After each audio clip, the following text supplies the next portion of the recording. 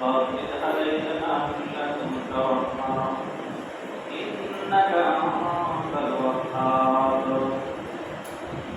أما بعد فأعوذ بالله من الشيطان الرجيم. بسم الله الرحمن الرحيم. إن الله عنده علم الساعة وينزل الغيث ويعلم ما في الأرحام وما تدري نفس ماذا تكسب غدا وما تدري نفس بأي أرض تموت إن الله عليم خبير.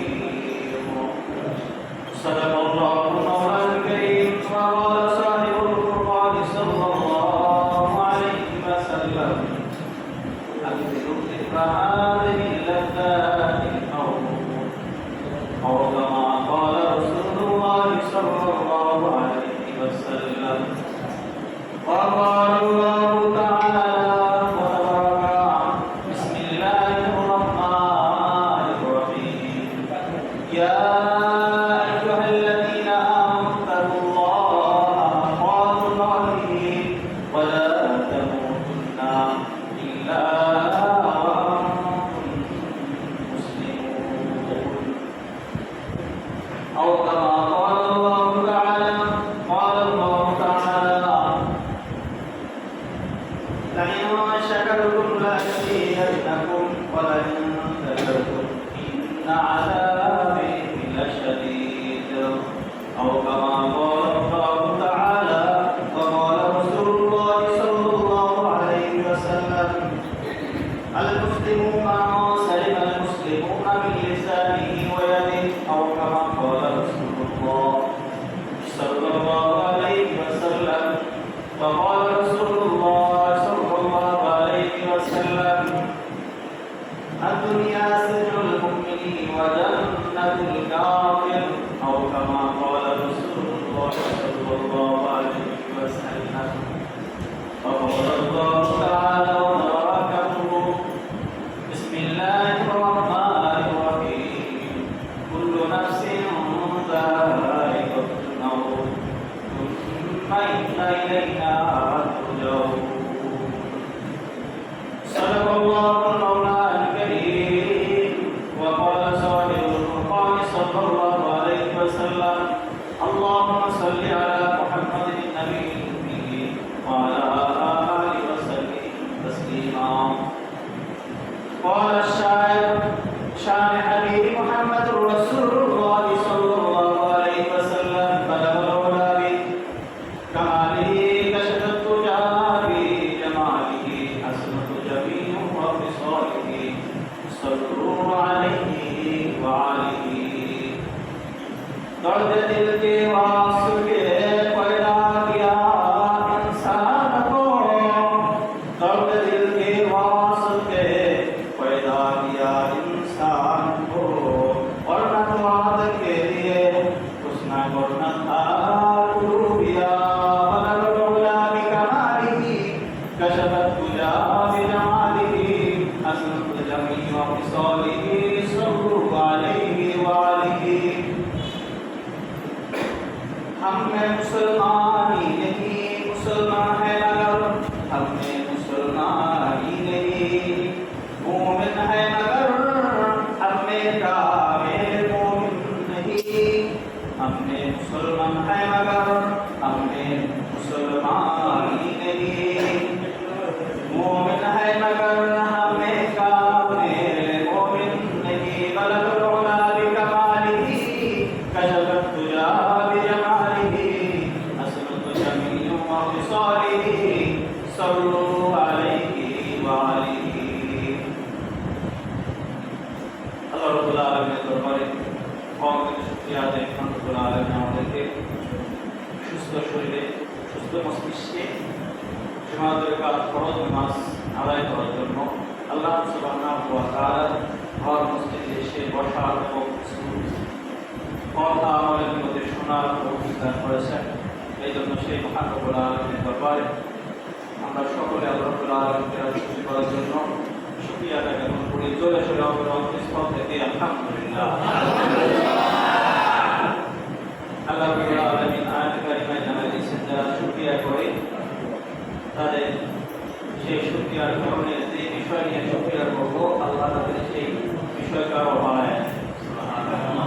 আর যারা না শুকরি করে আল্লাহ তাদের সেই বস্তু নিয়ামত উঠায় নেন, সাথে সাথে তাদেরকে আযাবে যুক্ত করবে। এজন্য আমরা সর্বাবস্থায় আল্লাহ রাব্বুল আলামিনের শুকরিয়া গুজারি বান্দাগি করব ইনশাআল্লাহ। আজকে মৃত্যু স্মরণ সম্পর্কে কয়েকটা আয়াত কারিমা তেলাওয়াত করা হয়েছে। আল্লাহ রাব্বুল আলামিন চাইলে তো এই বিষয়ে কিছু আলোকপাত করা হবে এবং আল্লাহ রাব্বুল আলামিন আমার থেকে কিছু উপকারী কথা আমাদের এবং আপনাদের সকলের উপকারী কথা বের করে দেন।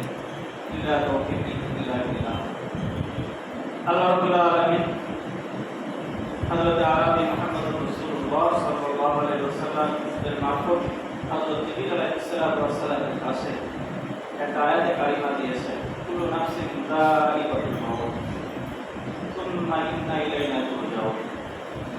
আল্লাহ বলেন, হে রাসূল আপনি জেনে রাখবেন দুনিয়াতে যাদের ভিতরে প্রাণ আছে, জান আছে, যারা প্রাণ বিশিষ্ট বস্তু, জান বিশিষ্ট বস্তু, রূহ বিশিষ্ট বস্তু, তাদের ভিতরে জান প্রাণ আছে, এরা দুনিয়া থেকে চির বিদায় নিয়ে আখিরাতের বাড়ি যাওয়া, এরা নিশ্চিত। আর একটা আয়াতে কারিমায় আল্লাহ রাব্বুল আলামিন জানাইছেন যে সেই নিশ্চিত কোন সময়, কোথায়, কিভাবে, কোন অবস্থায় হবে কে জানেন? আল্লাহ জানেন। গত সপ্তাহে এমন সময় আমাদের আবু আলম ভাই যে দুনিয়া থেকে চলে যাবে, আমরা কেউ কোনোদিন মস্তিষ্কে এনেছি না, আমাদের মেমোরিতে কোনো সময় আসেনি, অন্তরেও আসেনি। এই জন্য কার কোথায় কিভাবে মৃত্যু হবে কে জানেন? আল্লাহ জানেন। অনেকে অনেক কিছু থেকে পালানোর জন্য চেষ্টা করেছেন, অনেক সায়েন্টিস্টরা বুঝে বার করতেছেন, যে চেষ্টা করেছেন, বুঝে বার করতে পারেননি যে আপনার মৃত্যুর কোন সময় হবে এটা বের করার জন্য। মৃত্যু কোন সময় হবে এটা বের করার জন্য অনেক খোঁজাখুঁজি করেছেন এবং তার ভিতর থেকে রোগটা কেমনে যায় এটাও বের করার জন্য চেষ্টা করেছেন, মুজাহাদা করেছেন, তো তারপরও পারেনি। আল্লাহ রাব্বুল আলামিন আয়াতে কারিমায় জানাই দিয়েছেন যে কেন পারেনি। অনেকে চেষ্টা করেছেন ক্লাসের ভিতর থেকেও আমি কিছু করব না, দুনিয়াতে বাঁচবো, সেই ক্লাসের ভিতরে আটকা আছেন যে আমার দেখি কীভাবে দান খরচ করে। এমনইভাবে তাফসীরের ভিতরে আসছে, উলামায়ে ইকরাম, মুফাসসিরিনে ইকরাম, মুস্তাহিদরা বলেছেন, ঘটনা ব্যাখ্যা করেছেন। এক আল্লাহর বান্দী, তার একটা গোলাম ছিল। তো আল্লাহর বান্দী সন্তান প্রসব করে, এমন অবস্থায় গোলামকে বলছে, গোলাম তুমি যাও আমার জন্য একটু আগুন দিয়ে। আগুন আনার পরে ওই আগুন দিয়ে সেক দেওয়া হয়। প্রসবের সময় যে আমার একটা অনেক বড় বিষয়, যারা আপনি মাথা না আসে তারা এই বিষয়ে ভালো জানে। তো গোলাম যখন বের হয়েছেন, গোলাম বলতেছেন, গোলাম তুমি যাও। গোলাম বের হয়েছেন, দেখেন আল্লাহর এক বান্দা পাগড়ি পরিহিত, সাদা পোশাক পরিহিত, সে বলতেছে, ও আল্লাহর ছোট বান্দা তুমি কোথায় যাও? আল্লাহর বান্দা ওই গোলাম বলতেছে, ও ভাই আপনাকে গোলামদের মতো দেখা যায়, আল্লাহ ওলিদের মতো দেখা যায়, সাহেবের মতো দেখা যায়।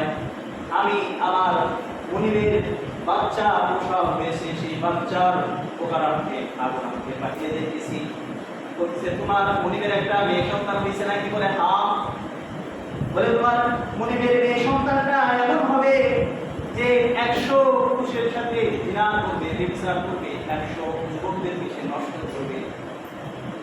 সাথে আর একটা ভবিষ্যৎবাণী দিয়ে দিয়েছেন, তখন এমন কিছু আল্লাহর বান্দা আছে যাদের চেহারার দিকে তাকাইলে বোঝা যায় যে কোনদিন জীবনে কোশ্চেনকালে মিথ্যা কথা বলে না। তো আল্লাহর ওই বান্দা সে মিথ্যা কথা বলে না, এই চেহারা নিয়ে তার কাছে বলছে, সেই মুখ দিয়ে বলছে, সেটা বিশ্বাস করছে। এরপরে আল্লাহর বান্দা ওই গোলাম সে ফেরত আসছে, কোমর থেকে চাকু বের করে, ছুরি বের করে ওই ছোট্ট শিশু মনিবের মেয়েকে সে পেটে ছুরি মেরেছে, পেট ফেলে গেছে, বিরোধ থেকে নারী বের হয়েছে, রক্ত বের হয়েছে, রক্তকরণ হয়েছে, চিৎকার মেরে কান্নাকাটি শুরু করেছে, বলছে আয় হায় আমি তোকে মাত্র ছোট্ট একটা আঘাত করার জন্য দিয়েছি, এ তো মারা গেল। চিৎকার করে কিছু সময় পর আর তার কান্নাকাটি নাই। আমার অবস্থায় মনিব যখন আসছে, এসে তার দারুণকে বলতে এই গোলামকে বলে রাখ, ওর বিচার হবে। ওই গোলাম আমি যার আদেশে যার কথায় আজকে আমার মনিবের মেয়েকে আমি কন্ট্রোল করলাম, কাটলাম, ছুরি মারলাম, সেই আমার সেই সাক্ষীটা কোথায় আছে, যার জন্য আমি আজকে আমার মনিবের মেয়েকে ছুরি মেরেছি। বুঝতে গেছে যে সাক্ষী নাই, সে ক্ষেত্রে বলার করে অনন্ত শত শত মাইল দূরে চলে গেছে, যেখানে তাকে খুঁজে পাওয়া যাবে না। কথা হলো মৃত্যু অবধারিত। তো এমন কাটার পরেও আল্লাহ যদি কোনো আল্লাহর বান্দাকে বাঁচান, তাকে বড় অপারেশনের পরেও বাঁচান, তাকে বড় কোনো দুর্ঘটনার পরেও বাঁচান, সামান্য একটা দুর্ঘটনা কারণে সঙ্গে আবরণ দুনিয়া থেকে বিদায় হয়ে যাওয়ার মতো যদি ছোট্ট একটা আঘাত হয়, আল্লাহ নেওয়ার ইচ্ছা করে ছোট্ট একটা আঘাতই যথেষ্ট মৃত্যুবরণ হওয়ার জন্য। তো সেই ক্ষেত্রে ওই আল্লাহর বান্দা, আল্লাহর গোলাম পলায়ন করে চলে গেছেন এই মনে থেকে যে আল্লাহর ওই বান্দা না, আল্লাহর ওই বান্দি ছোট্ট মেয়ে 100টা যুবককে নষ্ট করবে, জিনা করবে, এর থেকে তাকে ফেরানোর জন্য আমি কর্তন করছি, আমার কাজ সফল হয়েছে, সে আর জিনা করতে পারবে না। আল্লাহর ওই বান্দা, ওই নবীর গোলাম, সে অন্যত্র চলে যাওয়ার পরে আল্লাহ যখন তাকে চান তখন তাকে ট্রাই করেন। এখন গোলাম ছিল 10 বছর পরে আল্লাহ তাকে ধনী বানাই দিয়েছেন, ধনী বুঝছেন, ধনী বানাই দিয়েছেন, অনেক টাকা পয়সার মালিক হয়েছে। সে তার বাড়ি মা বাবাকে জানাইছেন চিঠি মারফত যে মা, তোমার সন্তানের জন্য সুন্দর একটা বাড়ি বানাবা এবং তোমার ছেলে বউ আনবা, সুন্দর একটা মেয়ে দেখবা। মা বাবা মেয়ে দেখেছেন, কি দেখেছেন? মেয়ে দেখেছেন। তো এতে মৃত্যু হলো, মৃত্যুর খবর কি জানেন? মৃত্যু হলো, সে মনে করছে যে ওই মেয়েটা কি গেছে, মারা গেছে। তো মৃত্যু মারা গেছে, এইটা খোঁজ করার জন্য পিছনকারের সময় অনেক আল্লাহ খুঁজেছেন। মানে কিছু খুঁজে না, আমরা স্বর্ণ হারাই গেলে স্বর্ণকার যারা স্বর্ণ খুঁজে তাদেরকে খুঁজাই। তো এমন আল্লাহর অনেক বান্দারা আছেন যারা মৃত্যু, এর আগেও বলছি সায়েন্টিস্টরাও মৃত্যু খুঁজতে চাইছেন যে কেমনে মৃত্যু হয়। হযরতে রোজার ভিতরে আল্লাহ ওয়ালিদের ভিতরে ইখতিয়ার পাবে। হযরতে ইমাম মালিক রাহমাতুল্লাহ আলাইহি উনি খুঁজতেছিলেন যে মৃত্যু কোন সময় হবে, একটু জানার চেষ্টা করি। কেন? ওনার ইচ্ছা ছিল, উনি মক্কায় অবস্থান করেছেন, বাড়িও মক্কায়, মক্কার পাশে বাড়ি, বাপ দাদা সকলেই সেখানে বাড়ি। তো শেষ ইচ্ছা, তার ইচ্ছা ছিল সে শেষ সময়, অন্তিম মুহূর্তে শেষ সময় সে মদিনায় কাটাবে। কোথায়? মদিনায় কাটাবে। মদিনায় গিয়েছেন। মদিনায় যাওয়ার পরে 1 বছর অতিবাহিত হওয়ার পরে তার মনে ভিতরে যাচ্ছে যে আমি একটু মক্কায় কি করবো, হজ করতে যাব। আমার তার ইচ্ছা যে আমি মদিনায় শেষ অন্তিম মুহূর্ত এখানে মৃত্যুবরণ করে আমার শেষ দাফনটা এখানে হবে, এই নিয়ত আমার। তাহলে সে তো জানে না যে কোন সময় তার মৃত্যু হবে। ইমাম মালিক রাহমাতুল্লাহ আলাইহি রাত্রেবেলায়, শুক্রবারের রাত, রাত্রেবেলায় নামাজ পড়িয়া, ইস্তেগফার নামাজ পড়িয়া ঘুমাইছেন, পবিত্র বিছানায় ঘুমাইছেন, ইস্তেগফার নামাজ পড়িয়া পবিত্র বিছানায় ঘুমাইছেন। এর ভিতরে আমাদের নবী মুহাম্মদুর রাসূলুল্লাহ সাল্লাল্লাহু আলাইহি ওয়াসাল্লাম স্বপ্নে যুগে আসিয়া বলে, ও দুনিয়ার বর্তমান জামানার সবচেয়ে বড় আলেম ইমাম মালিক, তোমাকে 5টা আঙ্গুল দেখানো হলো। এটা বলিয়া তিনি আবার চলে গেছেন, আমাদের নবী চলে গেছেন। এই স্বপ্নের কোনো ব্যাখ্যা বোঝেন নাই। বলতেছেন আমি কি মাত্র 5 দিন বাঁচবো, না 5 ঘন্টা বাঁচবো, না 5 মাস বাঁচবো, না 5 বছর বাঁচবো, এটা তো বুঝতে পারি নাই। তো ওই সময় স্বপ্ন সম্রাট ইবনে সিরিন রাহমাতুল্লাহ আলাইহির কাছে তার গোলামকে, তার নিজের গোলামকে পাঠাইছেন, যাও স্বপ্ন সম্রাট ইবনে সিরিনের কাছে যাও যে আমি এই স্বপ্নে দেখলাম, এই স্বপ্নের ব্যাখ্যা কি। ওই গোলাম যে ইবনে সিরিনের কাছে গিয়েছেন, বলেন ইবনে সিরিন, হযরত আমার মুনির আমাকে তার স্বপ্ন ব্যাখ্যা জানার জন্য পাঠাইছেন।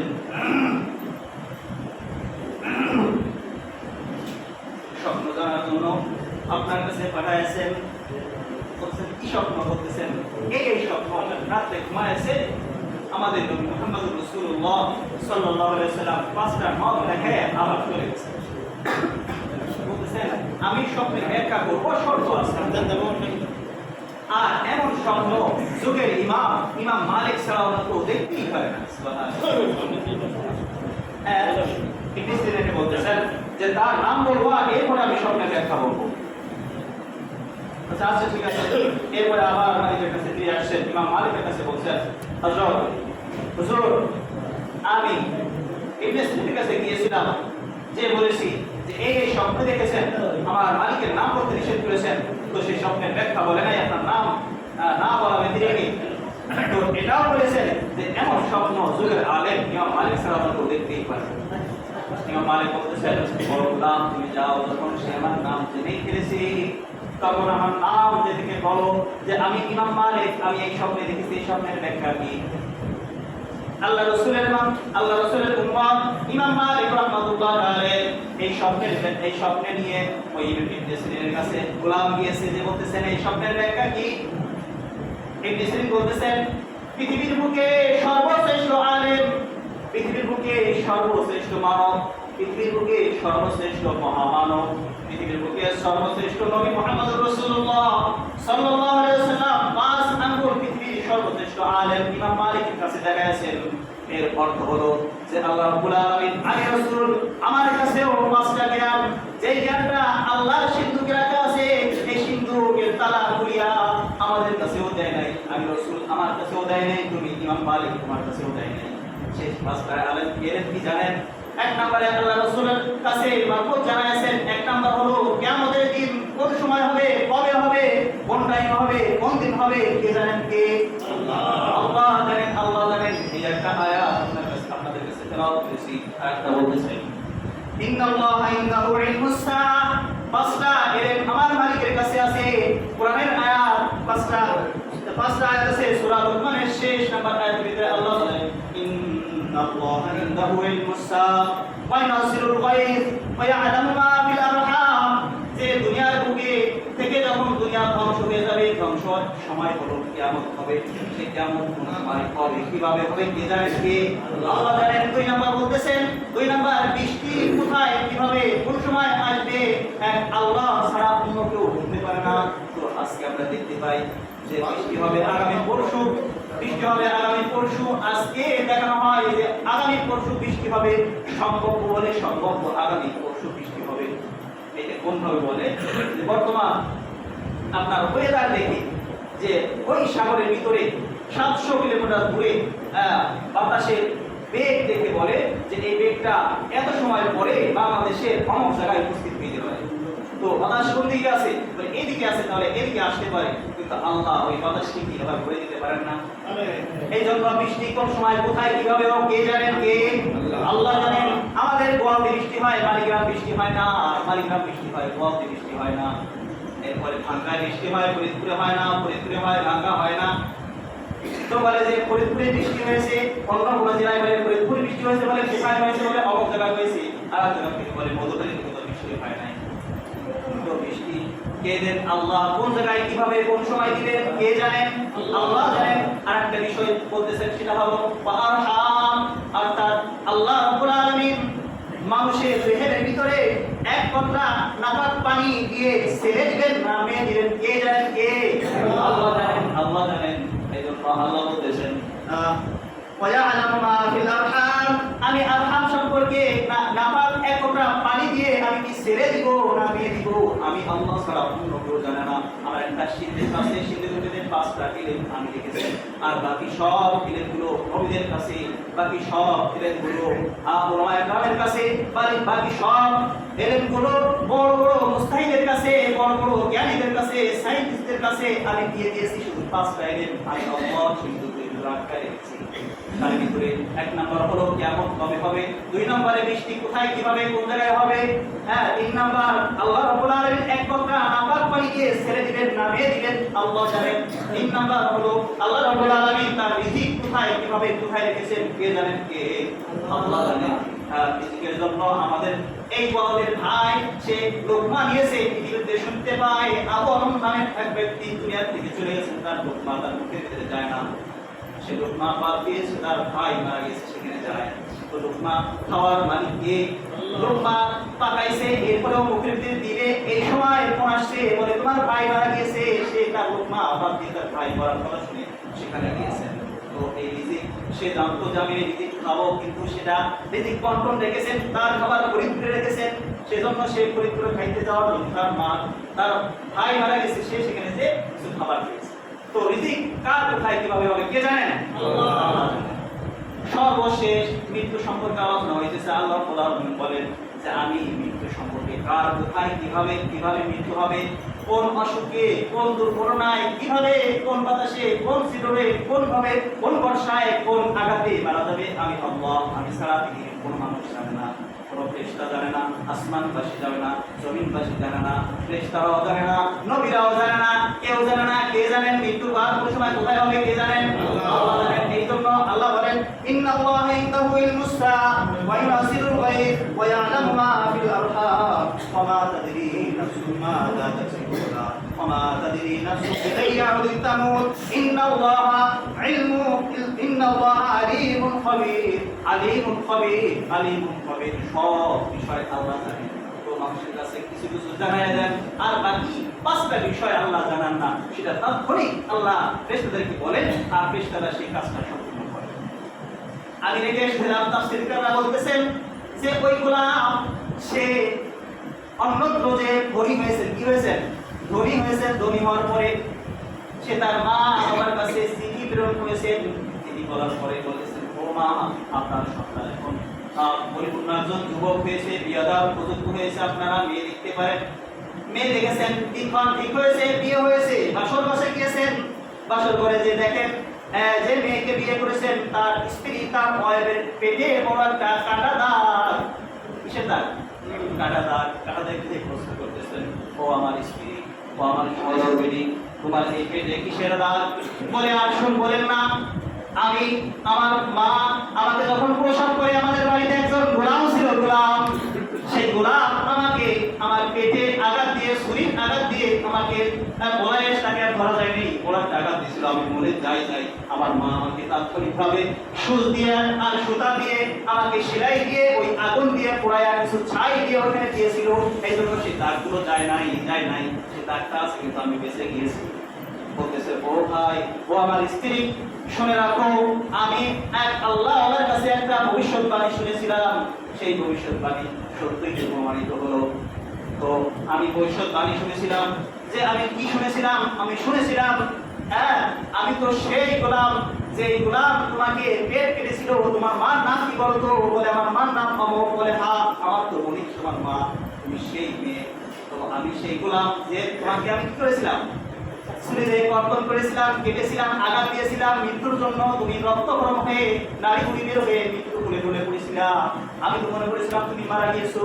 তো আল্লাহ রাব্বুল আলামিনের এক বান্দা আমাকে ভবিষ্যৎবাণী বলেছিল যে তুমি নাকি 100 পুরুষকে, 100 যুবকদেরকে নষ্ট করবা, তাদের সাথে জিনা করবা। এটা কি বাস্তব? বলে যে আর আপনি তো জেনেই ফেলেছেন, সত্য কথা বলতে আর বাধা কি? আপনি তো আমার স্বামী। আমি অনেক খারাপ মেয়ে, আমি 100 পুরুষের সাথে খারাপ কাজ করেছি। বলে যে আমাকে ওই সময় ঠিক আছে তুমি করেছো, বুঝতে পেরেছি, কিন্তু আমার ওই বান্দা, আল্লাহ ওই বান্দা, আল্লাহ হলে ওই বান্দা আমাকে আর একটা ভবিষ্যৎবাণী করেছিল। যে ভবিষ্যৎবাণী হলো তোমার নাকি একটা মাকড়সার কারণে মৃত্যু হবে, একটা মাকড়সার কারণে মৃত্যু হবে। এটা আমি একটু দেখবো। তোমাকে আমি মরবো না, মারবেন কে? আল্লাহ মারবেন, আমি দেখবো।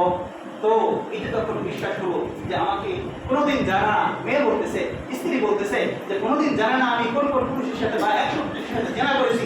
উনি জানলেন কিভাবে? যখন জানছেনই, প্রথমটা যখন জানছেন, দ্বিতীয়টাও বাস্তব হবে। তো আমি আমার স্বামীর কাছে আপত্তি বিনতি করলাম, ও আমার স্বামী, আপনি আমার প্রিয় স্বামী, আপনার পায়ে ধরি, আমি তওবা করে দিয়েছি, আর গুনাহ করব না, এই খারাপ কাজের ভিতরে লিপ্ত আর হব না। তওবার দরজা সব সময় খোলা। আল্লাহর ইবাদতে তওবা করেছেন, স্বামীর কাছে তওবা করে মাফ চেয়েছেন, স্বামী মাফ করে দিয়েছেন। মাফ করার পরে স্বামীকে বলতেছেন, ও স্বামী, আপনি আমার জন্য এমন একটা ঘর তৈরি করেন, এমন একটা ঘর তৈরি করেন যেখানে মাকড়সা কোনোদিন প্রবেশ করার সুযোগ নাই। আল্লাহর ওই বান্দা, ওই গোলাম, সে সুন্দর একটা গ্লাস দিয়ে ঘর তৈরি করেছেন, যার ভিতরে একটা বের করার সুযোগ নাই। আমরা একটা ঘর তৈরি করেছেন। ঘর তৈরি করার পরে ঘুমায় আছেন, হঠাৎ করে স্বামীর ঘুম ভেঙেছে। পৃথিবীতে দেখা যায় এক কর্নারে একটা মাদ্রাসা দেখা যায়, স্ত্রীকে পরিস্থিতি মতো হয়তো আল্লাহ ওই মাদ্রাসা তোমার মৃত্যুর সংবাদ পৌঁছে দিয়েছেন। স্ত্রী বলতেছে এমন মাদ্রাসা তো অনেক পেয়েছি, এই মাদ্রাসা ছোট্ট একটা মাদ্রাসা নাকি আমার জান নিবে যান। উনি পাশের থেকে ঝাড়ু নিয়ে ওই মাদ্রাসাটাকে নিচে রাগে আর গোড়ালি দিয়ে জোরে সিফরা দিলে আল্লাহ তো যাকে যেভাবে রেখেছেন সেভাবে হবেই। ওই মাকড়সার মুখের কাছে দেখবেন শক্ত দাঁত আছে, ওই দাঁতটা বিষাক্ত দাঁত ছিল, ওই দাঁতটা তার গোড়ালির ভিতরে ঢুকে যে বিষটা ভিতরে ঢুকে গেছে, ওই যন্ত্রণায় সে মারা গেছে। তো আল্লাহ কার কোন জায়গায় কিভাবে মৃত্যু রেখেছেন যেটা নির্ধারিত সেটা অবশ্যই হবে। এই জন্য অনেকে অনেক কিছু থেকে পলায়ন করতে চেয়েছেন, অনেক মৃত্যু থেকে পলায়ন করতে চেয়েছেন, কিন্তু কেউ পারে নাই। সে যদি আসমানে উঠে যায় তার মৃত্যু হবে, সে যদি জমিন থেকে চলেও যায় তাও তার মৃত্যু হবে। বলেন তো পৃথিবীর কোন মানুষ কোনদিন জমিন থেকে পলায়ন করতে পারছে নাকি? পারে নাই। আল্লাহর এক বান্দা খারাপ কাজ করে এমন অবস্থায় আজরাইল আলাইহিস সালাম উপস্থিত হয়েছেন, আর ওই আল্লাহর বান্দা সে খারাপ কাজ করতেছেন, জিনার ভিতরে লিপ্ত আছেন।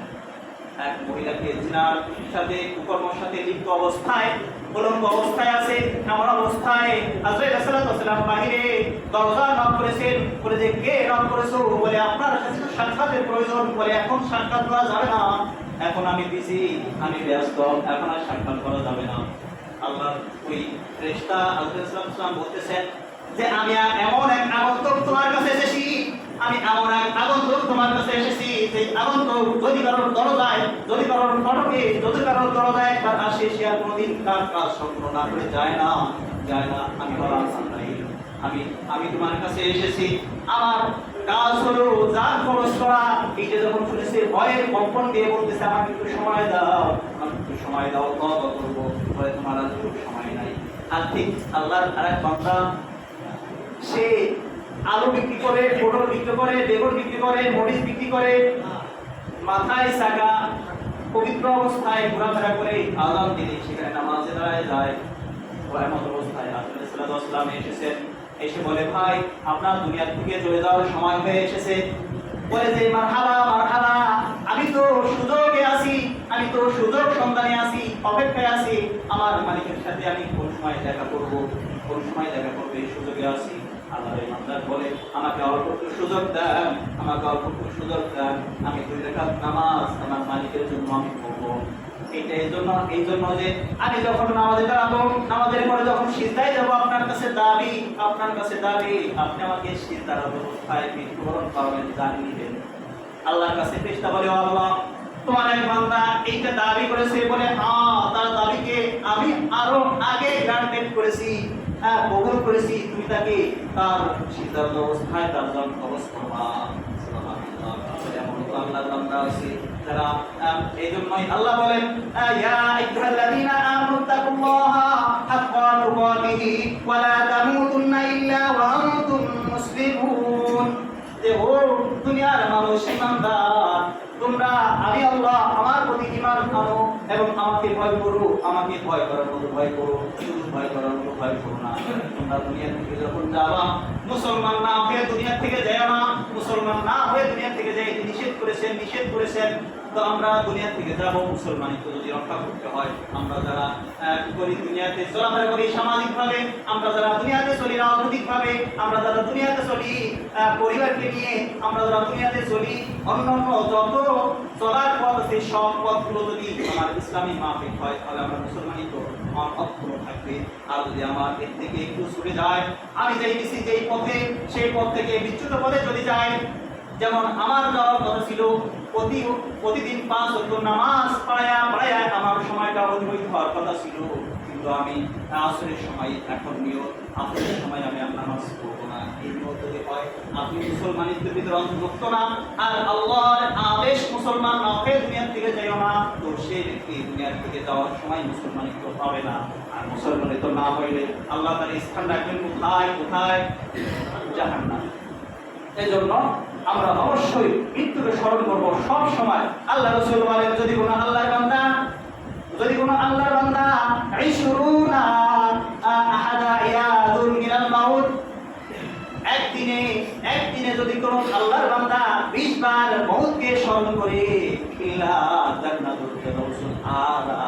জান্নাতে চলে যাবে, সে জান্নাতে যাবে। তো আল্লাহর বান্দা যদি সে সত্যিকারের মৃত্যুবরণের জন্য প্রস্তুতি গ্রহণ করে, তো আপনি যদি জেনে থাকেন আপনি আরো 10 বছর বাঁচবেন, আমি যদি জেনে থাকি আমি আরো 10 বছর বাঁচবো, তাহলে আপনি আরো 9 বছর 60 দিন পরে তওবা করবেন, কোনো সমস্যা নাই।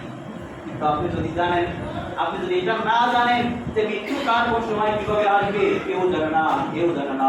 আমরা যে যত বড় প্রহরণ করি না কেন, যে যত বড় সরকারি দল করি না কেন, যে যত বড় ক্ষমতাধর করি না কেন, রাজ আল্লাহ, সেই ক্ষমতাধরের মালিক আল্লাহ, সেই ক্ষমতাধরের মালিক কে? আল্লাহ। আমার মালিক আল্লাহ, আমার রিজিকদাতাও আল্লাহ, আমার মৃত্যু করাবেনও আল্লাহ, আমার সব কিছু আদান দেবেন কে?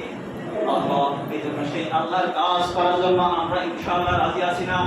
সবসময় আমরা মৃত্যুর কথা স্মরণ করবো, সবসময় আমরা মৃত্যুর কথা স্মরণ করবো। যদি কোনো আল্লাহর বান্দা সত্যিকারে মৃত্যুর কথা স্মরণ করে, দেখবেন তার গা থেকে রংগুলো খারাপ হয়ে যাবে, আমি দুনিয়া থেকে তো চলে যাব। এই সামান্য 60 বছরের জিন্দেগি হাজার হাজার বছরের কবরস্থানের থেকে অতি নগণ্য। তো আমাদের দুনিয়াতে যদি করে, আমাদের এই দুনিয়াতে অন্যত্র থেকে যদি কেউ বেড়াইতে আসে, এমন অবস্থায় সে মাত্র 10 মিনিট থাকবে, সেই 10 মিনিটের জন্য সে কি খারাপ কাজ করবে? সে এলাকার জন্য খারাপ কাজ করবে না, বলে আমি মাত্র 10 মিনিটের জন্য আসছি, এখানে 10 তলা বিল্ডিং করবে না। সে মাত্র 10 মিনিটের জন্য আসছে, এখানে সে বাথরুম করবে না, এখানে সে টয়লেট সুন্দর করে করবে না, সে এখানে অন্যত্র ব্যবস্থা সুন্দর করবে না। তো সেখানে আমাদের 50,000 বছর কি আমাদের ময়দানে থাকতে হবে। কবরের ময়দানটা হাজার হাজার বছর, এই হাজার বছর 50,000 বছরের তুলনায় 60 বছর অতি নগণ্য। এই জন্য আমরা অনেক অল্প সময়কে উপেক্ষা করবো ভালো কাজ দিয়ে, অল্প সময়কে অতিবাহিত করবো ভালো কাজ দিয়ে। কেমন ভালো কাজ? আকিমুস সালাহ, ভালো কাজ। আকিমুস সালাহ ওয়া কালামুল হাক্কি, সত্য কথা বলা ভালো কাজ, এবং আমরা পরোপকার করা ভালো কাজ। আল্লাহ রাব্বুল আলামিন হাদিস বলেন, আল মুসলিমু মান সালিমাল মুসলিমুনা মিন লিসানিহি ওয়া ইয়াদিহি, পরিপূর্ণ মুসলমান ওই ব্যক্তি যে তার হাত এবং মুখ হইতে অপর মুসলমানকে নিরাপদ রাখে। প্রকৃত মুসলমান সেই ব্যক্তি যে তার হাত এবং মুখ হইতে অপর মুসলমানকে নিরাপদ রাখে।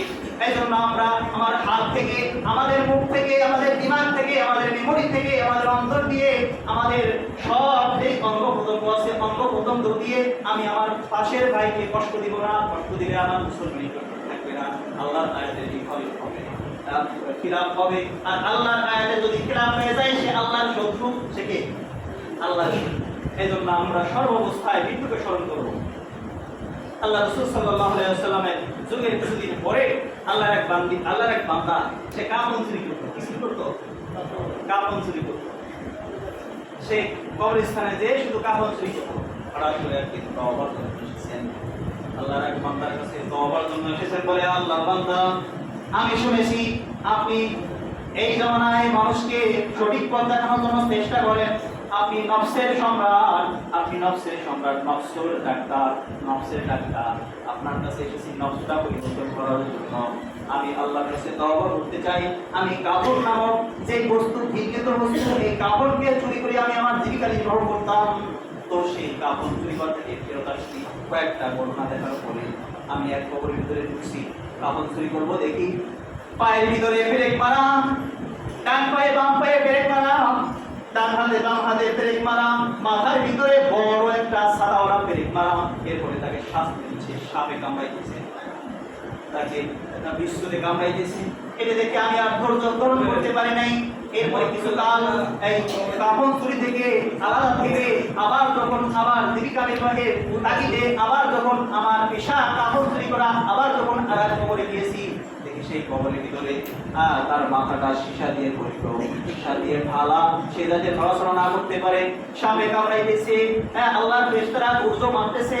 এটা দেখে আমার চোখের পানি আর ধরতে পারে নাই, এমন কিছু দেওয়ার পরে আমার মনের ভিতর থেকে যখন সেই ভয় চলে গেছে, আবার জীবিকা নির্বাহের তাগিদে আবার যখন আমার পেশা কাপড় চুরি করার জন্য আমি আরেক কবরের ভিতরে নেমেছি, দেখি আল্লাহর এক বান্দি তার মুখটা কিবলা দিকে দেওয়া ছিল, তার থেকে ঘুরাইয়া পূর্ব দিকে দিয়ে দিয়েছে। তো ওই আল্লাহর বান্দি তার মা বাবার কথা শুনতো না, আল্লাহর হুকুম মানতো না। এটা বলিয়া কান্না করে আর বলে, ও আল্লাহর বান্দা, ও নফস সম্রাট, ও নফসের ডাক্তার, আপনি আমাকে একটু তওবা শিখিয়ে দেন। আল্লাহ কি আমাকে এই এত চিন্তিত কাজের পরেও আমার তওবা কবুল করবেন? আল্লাহর এই নফসের সম্রাট, আল্লাহর এই বান্দা বলতেছেন, হ্যাঁ হ্যাঁ আল্লাহ সব সময় যদি এমন আল্লাহর বান্দার ডাক শোনার জন্য আল্লাহ জোরবাস হয়ে থাকে, তাহলে তুমি তো মাত্র প্রার্থনা করেছো। এমন আল্লাহর বান্দা যে 40 বছর যাবত সে অগ্নি পূজা করছে, 40 বছর যাবত সে মূর্তি পূজা করছে, সে সনাম বলিয়া ডাকছে, একবার মুখ খুশকি বের হয়েছে সমাজ। এমন আল্লাহর বান্দার ডাক যদি আল্লাহ শুনতে পারে, তুমি তো আল্লাহর কাছে তওবাই করবা, আবার ইসলামে থেকে দীক্ষিত হবা। তোমার তওবা দরজা সব সময় খোলা। আমরা তার থেকে অনেক নরমাল। এই জন্য আপনি এখনই মুসলমানের শরীরে দাখিল হয়ে যান। আপনি যদি বলেন আমি কালকে হব, কাল আসার আগে যদি আপনার মৃত্যু হয়ে যায়, আপনি মুসলমান নিয়ে যাইতে পারবেন না। এজন্য আপনি এখনই নিয়ত করেন আমি এখনই মুসলমানের শরীরে দাখিল হব, তাহলে আপনার জিন্দেগীর সব গুনাহগুলো মাফ করে দিবেন। আমরা ইনশাআল্লাহ নিয়ত করব যে আল্লাহ আমাদেরকে আপনি মুসলমান না বানিয়ে দুনিয়া থেকে বিদায় দিয়েন না, আমাদেরকে সব ভাইকে মাফ করে দেন। আপনি মাফ চান, মাফ চাইলে আল্লাহর ক্ষমা কেমন জানেন? আল্লাহর ক্ষমা দুইটা সিফাত বলি, মাত্র দুইটা সিফাত শুনেন, দুইটা গুণ শুনেন। আল্লাহর ক্ষমার ভিতরে পার্থক্য আর দুনিয়ার মানুষের ক্ষমার ভিতরে পার্থক্য হলো, আল্লাহ রাব্বুল আলামিন ক্ষমা করলে এক প্রকার, আর দুনিয়ার মানুষগুলো ক্ষমা করলে আর এক প্রকার। আর দুনিয়ার মানুষ ক্ষমা করলে তার রেশ থেকে জানা হয়, সে তা মনে রাখে যে আমি অমর, আমাকে খারাপ কাজ করেছিল, আমার উপরে জুলুম করেছিল, আমি তাকে মাফ করে দিয়েছিলাম, এটা মনে থাকে। কিন্তু আল্লাহ ক্ষমা করলে দুইটা গুণ সহকারে দেন। একটা হলো এমন একটা যে এই জের পৃথিবীর কোন মানুষ কোনোদিন খুঁজে পাবে না, কোন পেশা কোনোদিন তার জের খুঁজে পাবে না, এমন গুনাহ সে মাফ করেছেন। সেই গুনার পরিবর্তে আরেকটা গুণ হলো আল্লাহ সেই গুনার পরিবর্তে তার পৃথিবীতে যতগুলো গুনাহ করেছিল ওই গুনার পরিবর্তে নেকি তারা পরিপূর্ণ করে দেয়। এই জন্য আমরা আল্লাহর কাছে ক্ষমা চাই। এখন আয় আল্লাহ আপনি আমাদের একটু মাফ করে দেন। এই মসজিদে বসিয়া আপনি সাক্ষী, এত মানুষ সাক্ষী, আপনার ফেরেশতারা সাক্ষী, আমার দুই কাঁধে দুই ফেরেশতারা সাক্ষী, আমার মাথার মগজগুলো, আমার মাথার মেমরি, আমার অন্তর নফস সব আপনার জন্য আপনি তৌফিক দিয়েছেন বলেই আজ জুমার নামাজ পড়তে এসেছি। যদি আমার মৃত্যু যদি কাছাকাছি এসে যায়, মৃত্যুর সময় আমাকে আপনি নিষ্পাপ একজন মানুষ হিসেবে কবুল আর মঞ্জুর করে নেন। এই দোয়াটা কি মনে মনে করতে পারেন না? আপনি মনে মনে করবেন যে আল্লাহ জিন্দেগিতে আর কোনো গুনাহ করব না। যদি মনে থেকে হয়ে থাকে, এখন যদি করে থাকেন ইসলামের সব আপনি মানবেন। আর যদি মনে মনে বলেন যে আল্লাহ আমি জিন্দেগিতে আর কোনোদিন কোনো গুনাহ করব না, আল্লাহ আপনাকে সাথে মাফ করে দিবেন। সুবহানাল্লাহ। আল্লাহ নামাজের নিষিদ্ধ